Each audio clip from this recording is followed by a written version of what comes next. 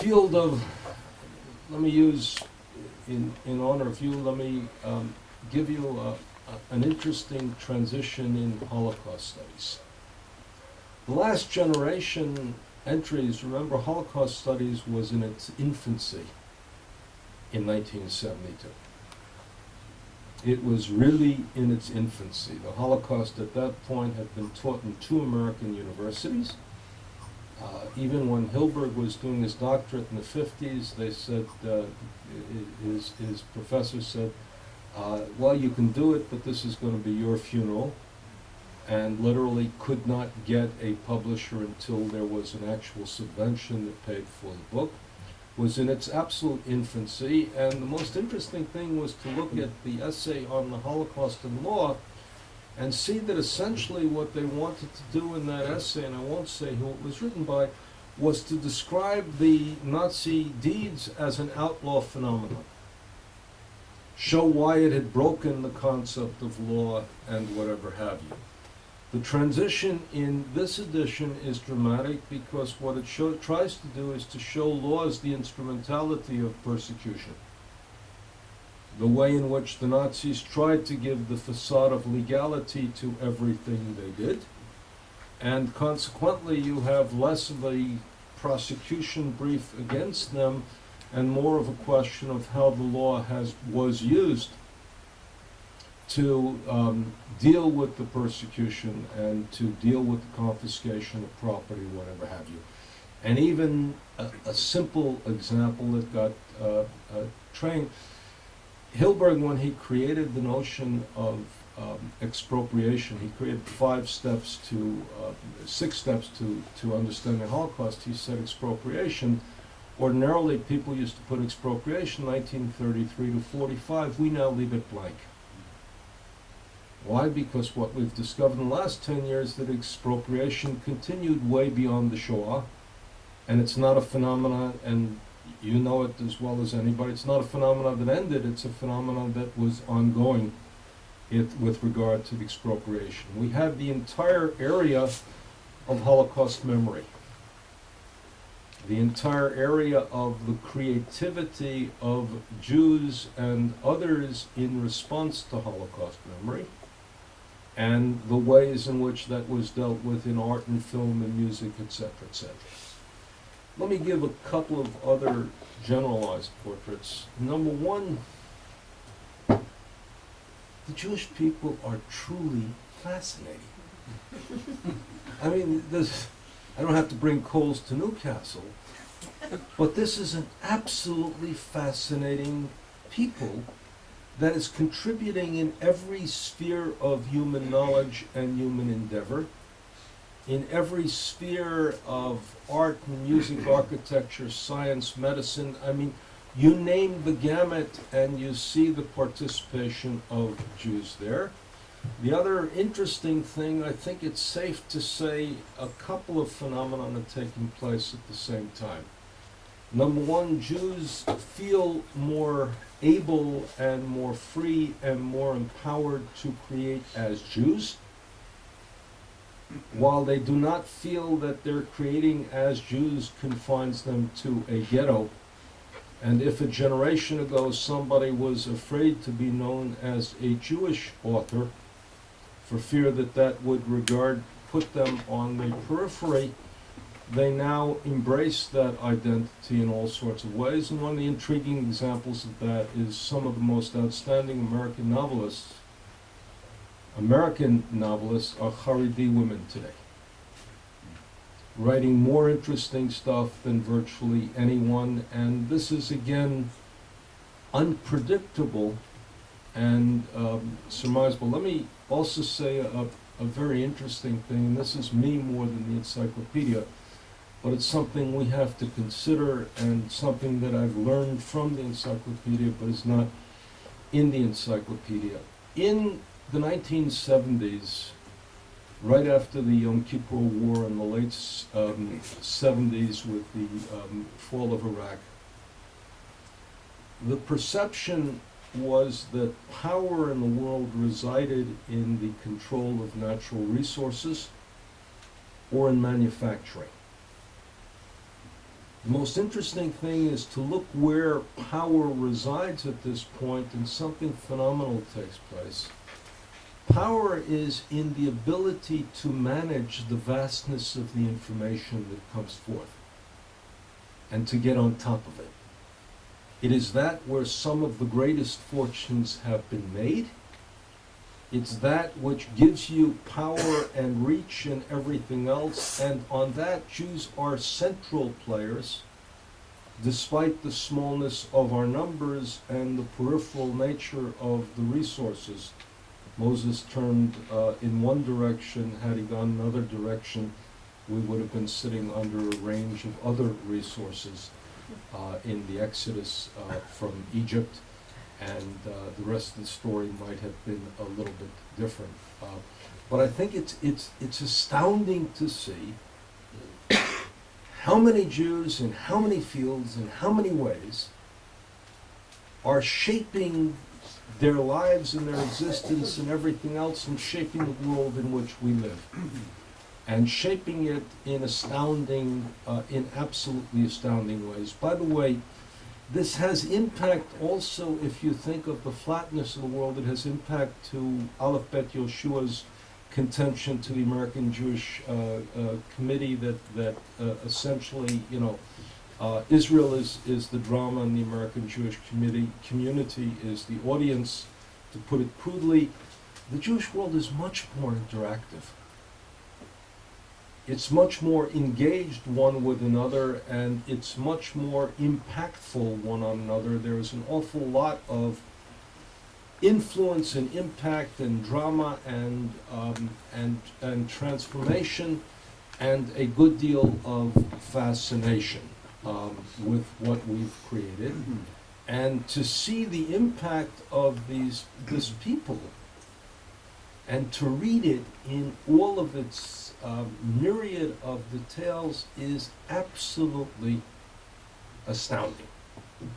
And it's humbling, and it's startling, but to tell you that the Jewish people are an interesting people is just to say, you can read from A to Z in all sorts of ways and see the impact of this.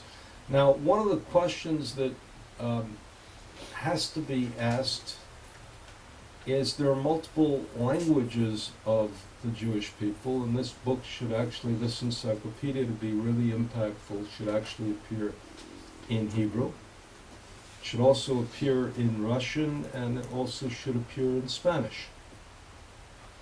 And again, part of the involvement, and let me touch on this and then turn it over to you for some questions. Part of the intriguing thing is, the last one was done as a philanthropic venture. This was done as a commercial venture. And believe me when I tell you, this project could have taken 10 years. And it would have been better, but it also might not have been that much better. And believe me also that the day it's committed to print is the day in which it becomes frozen. And the most important characteristic, and I tell this to my students all the time, all we have to do in life is not learn, but learn to learn. Because dynamic knowledge itself is dynamic, changing, transforming in all sorts of ways. And part of what we did is we interacted with the idea that the first way in which students are going to learn today is they're going to learn from the web, or they're going to research by the web. So we, for example, did not have to present 150 years of the Jewish calendar. The assumption is that everybody, if words are real estate, and the question is, what do you do with the page of the 150-year calendar, we presume people go to the internet. We did not have to, for example, present the up-to-date bibliography of X, Y, and Z writer that you can get by, going on Library of Congress or whatever have you. You just don't have to do certain things that had to be done before, and the day after you do them, and they're out of date. And part of what we're engaged in now is a conversation as to how you're going to update this over time on the online version. The publishers made a decision, and this impacts everything that is done in the creative world today. They made a decision not to do it as an online license instead of giving you discs. And everybody, with the exception of Shabbat, everybody who's going to search through this is not going to use the index that exists in the book and then go to volume 3, 5, 7. I can tell you that I still do that, and that my children regard that as one of the bizarre habits of their father. If it ain't available by a touch, it's not going to be used. And my daughter is pursuing a PhD and will someday be a serious scholar. So I don't say that, my oldest daughter, I have a young daughter who, will eventually learn to get out of first grade. But having said that, my oldest daughter is someday going to be a serious scholar, but the idea of going to an index and then going to volume after volume, if it's available online, would be something bizarre. In fact, she said that the only reason she wants the copy of the written book is to transmit to her children and for Shabbat use, but otherwise she would much prefer just the license number and the availability on the desktop, and that's the way in which the younger generation is using information. And we just have to get used to creating that way. And the idea of that, but we do it as a license online because the reality is that kids believe, and people who would not steal a nickel, who would not go into your pocket, will do several things. Certain things are called hefker. I don't believe you understand the word, but honest people will walk off with a pen. And they'll discover it a day later, and if they walked off with $1, they'd go back 5 blocks or 10 blocks to return it. But with a pen, it's hefker. With kids and discs, and that speaks about the investment in knowledge. And one of the challenges of all of the book fair that we're seeing, and of all of us who write books, and I'm now the author and editor of 16, so I believe in the written word. One of the challenges is that everybody who gets it online wants it immediately, wants it for free, wants it, whether it's music, film, or any other thing, available online. And that means that the great creative enterprises have to find a way of dealing with the dynamic quality of language, of knowledge, but also with the vast financial resources for it. Last point that I think I want to make is that we assigned all of our writers one task, which is that we said, when you write, we want you to think that if in 40 or 50 years from today somebody picks up this volume, or this concept, or this work, they will understand the scope of what was known as you entered the third millennium on this topic, and that it is a snapshot of what we have mastered, of what we know. And every time we think we know something, we also realize how little we do know, but therefore how vast is the experience of growth in front of us. My colleague who was linked between the two, Fred Skolnick, said that what struck him is the gap between the extraordinary achievements of the Jewish people over the past 35 years and the sense of optimism then and pessimism now.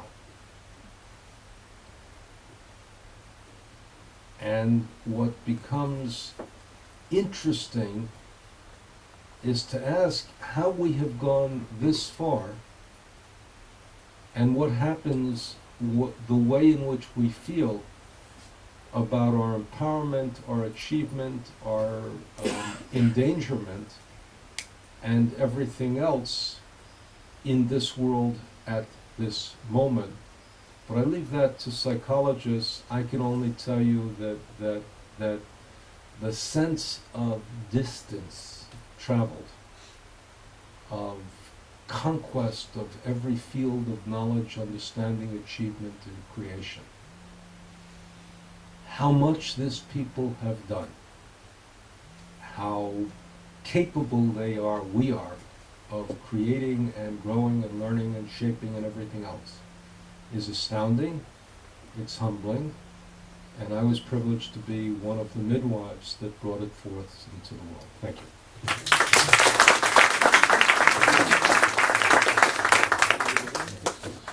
Thank you very, very much for this, I would say, almost overpowering lecture. We're going to take questions. Easy Liebler first, Dr. Shalom Friedman second, Dr. Avner Falk third. I listen to you with a sense of awe and reverence, because this is one of the most extraordinary experiences I've had listening, because I feel that what you've achieved can have a truly revolutionary impact on Jewish life. The wonder of it all is that you've been working in this area virtually in secrecy as far as the world is concerned. It's been quiet, it's been effective, and subject to the product being what I believe it is, I think it may have a tremendous impact on the whole educational life. What I'd like to ask you is to elaborate on three areas. Number one, which is intriguing, how, if it's not privy, if it's privy to the public, how does the economics of this work and the economics of developing it and going forward? Because I'm particularly interested when you say it's going to be maintained onwardly. And secondly, is there a likelihood of translations taking place in the not too distant future, because I think that is going to have a revolutionary impact. But how far do you see yourself as expanding this? Because an encyclopedia of this nature has the potential of becoming one of the primary educational vehicles in the entire Jewish world, and you're going to move forward in this area. Let me first correct one thing, and I say this not with modesty. It's we, not me. All right. And the reason for that is very simply that I would love to tell you how much work I did and all of that stuff, but the reality is nobody can have an encyclopedic knowledge of Judaism or of the Jewish people. Can't happen today. Nobody. And therefore the most interesting thing for me was the ability to harness all sorts of creativity. So what I'm saying to you is not modesty, it's just a statement of reality. And, you know, and the economic comparability of that is that, tell you a short story. There's a man in Los Angeles by the name of Arthur Stern who holds many patents. He developed the transistor radio. You know how he developed the transistor radio? It's a great story. He was a young engineer on his third week in the job for General Electric. The chairman of the board of General Electric used to have lunch in the cafeteria once a week and speak to, at random, somebody under the age of 30. And he asked him, he said, what the hell should we be doing? And he accidentally came up with the notion of the transistor radio. 3 weeks later, he gets a call from his supervisor's supervisor's supervisor, saying the chairman wants a budget and how much resources you will need for the creation of the transistor radio. 9 months later, the transistor radio was created. The point being that in economic terms today, the way of creating should not be top-down, but should be use of all of the resources working in a variety of different ways, with creativity coming from every source. There's no secret to the economics. Keter could not afford to do the new edition, and therefore they turned to the group that was their partners in the United States, Macmillan. Macmillan, Bismano, was a heavily Jewish company. It later was owned by Maxwell, but was a heavily Jewish company. It is no longer. It's now part of Thomson Gale, which does encyclopedias as part of that. Thomson Gale is about to sell because they're moving into only electronic publishing, not paper publishing, so their company is available for sale. Part of what we're designed to do is to up the ante by giving them a great moneymaker, etc. They don't understand what they have. And part of what's been enabling us to get resources is the fact that they're used only to selling to libraries. And they don't understand the great mystery that Jews of our generation still buy books. So they haven't established, for example, an online price that is for less than institutional use. University of Pennsylvania bought 4 books, 4 copies of the 22 volumes, the 16 million or 18 million words, but they bought a license for 32,000 people to see the content of the book at any given time. I believe that what's going to happen in the States is that synagogues are going to be able to provide this as a thing to membership. The economics essentially are, I presume that the project cost millions, probably somewhere, and I don't know. One of the great things is when we built the Holocaust Museum, I had to raise the money. Here I had the delight, I only had to spend the money.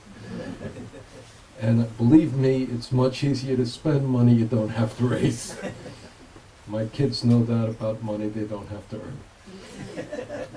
But having, and I say that lovingly, but having said that, it's probably between a $5 and $7 million project. It probably and part of that was on the leanest of terms. Some people who worked got as little as 8 cents a word, and we had to pay everybody exactly the same price, from the youngest graduate assistant to the most distinguished professor, because otherwise we would get killed.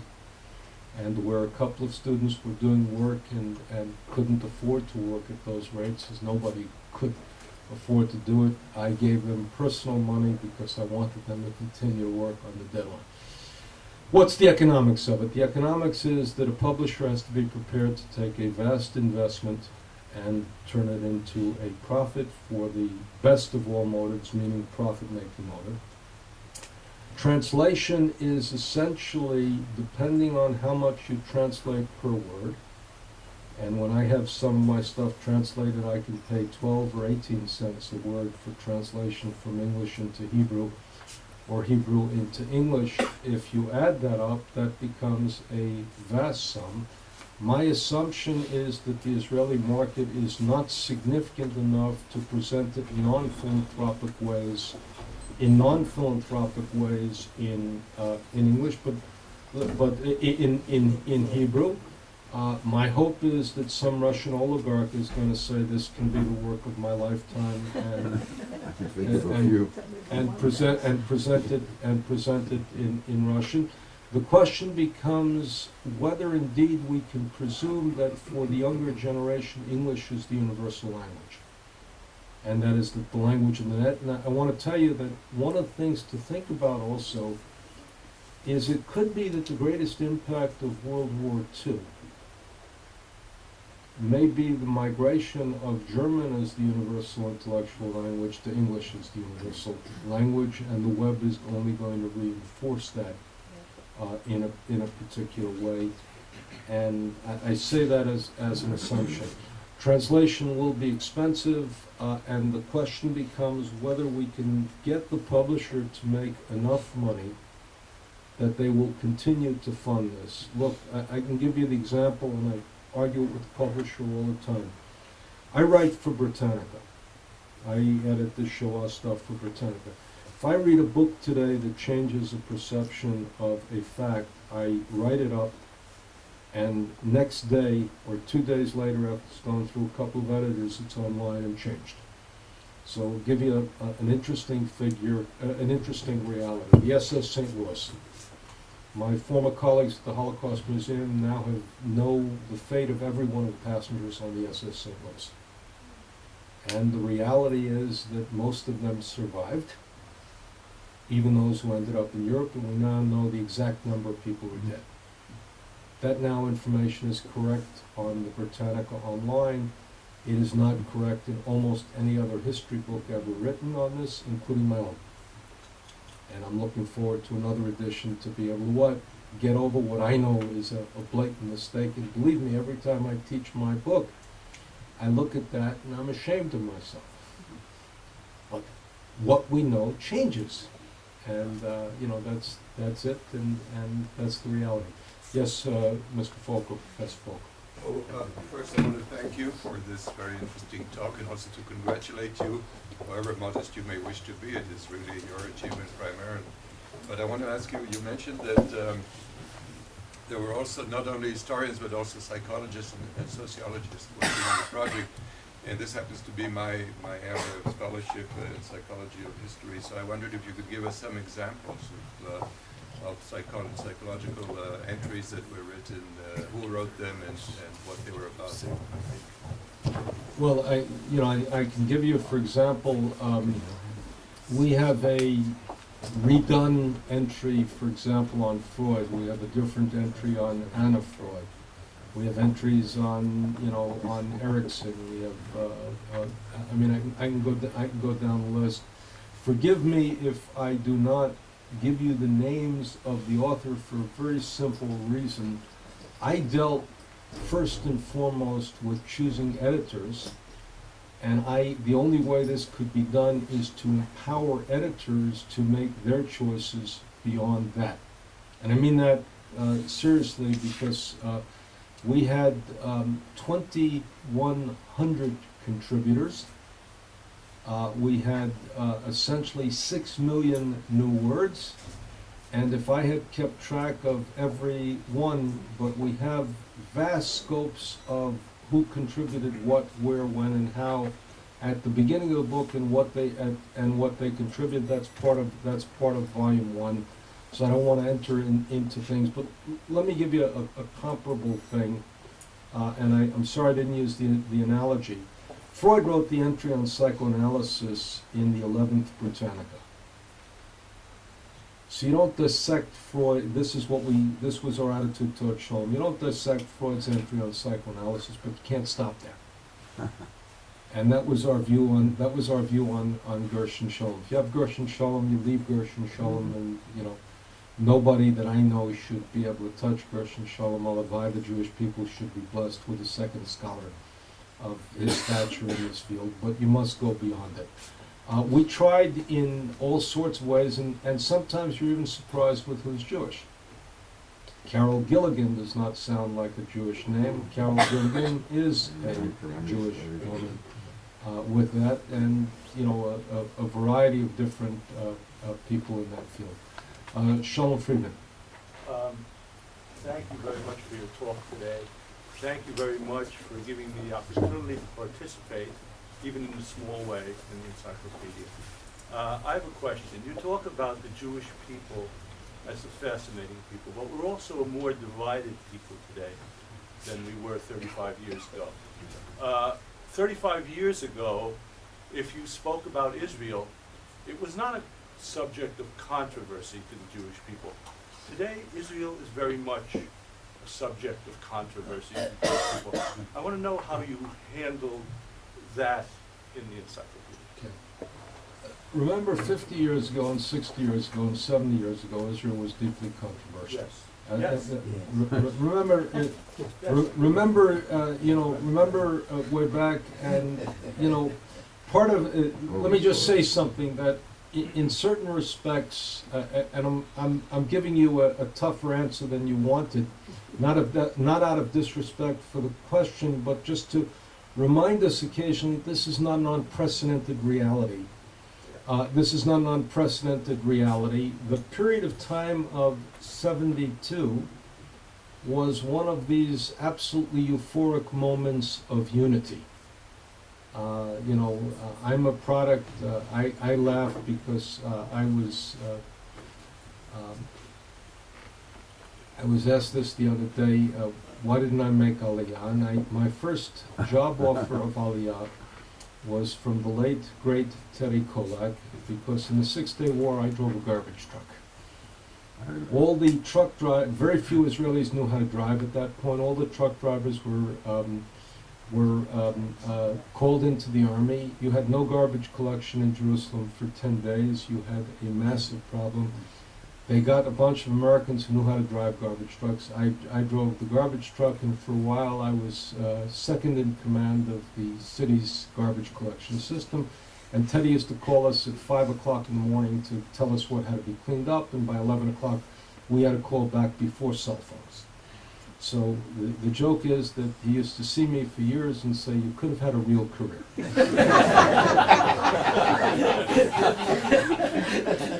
And he was right. But having no, and you know, and for him, last point, for him, he also said, which was fabulous, he said, the mayor of this city controls so little. He said, I don't control education, only slightly. I don't control the police. I don't control a whole range of things. I control parks, lighting, and sewers. He said, you could have headed sewers, 1/3 of Jerusalem. The point, look, the point being that we did not necessarily go into every detail of that, because that's going to change tomorrow. But let's give an example. We covered commentary, and we covered tikkun.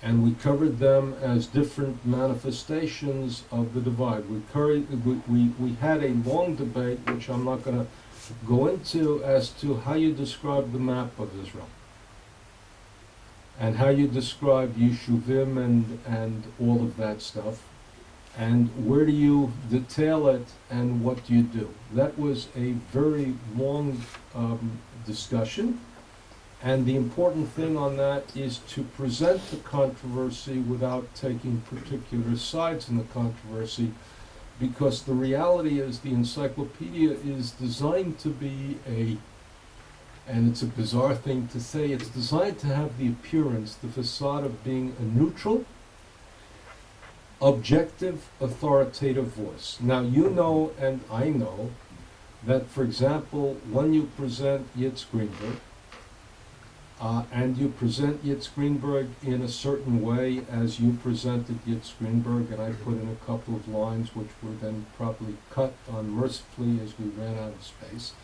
you're presenting a voice within the Orthodox community that is controversial, and if you present him without the controversy surrounding him, you're in one sense misrepresenting him. But if you use it as an occasion to get even with polemics for whatever that is, that's another issue, and that you can't do. And believe me, I'm as ideologically motivated as the next guy, and I had to restrain it. I yelled at my dog. But you have to restrain. You have to restrain that, and the attempt was to present as much as we could, without again entering into one side or another of a debate. And sometimes we presented a debate. Sometimes we presented a debate by, in one sense or another, giving voice to the issues. Let's take an area that Monty Penkower and I know very well, the role of Raoul Hilberg. So when I received the first entry on Raoul Hilberg by his greatest disciple, Christopher Browning, I said, Chris, you got to tell us why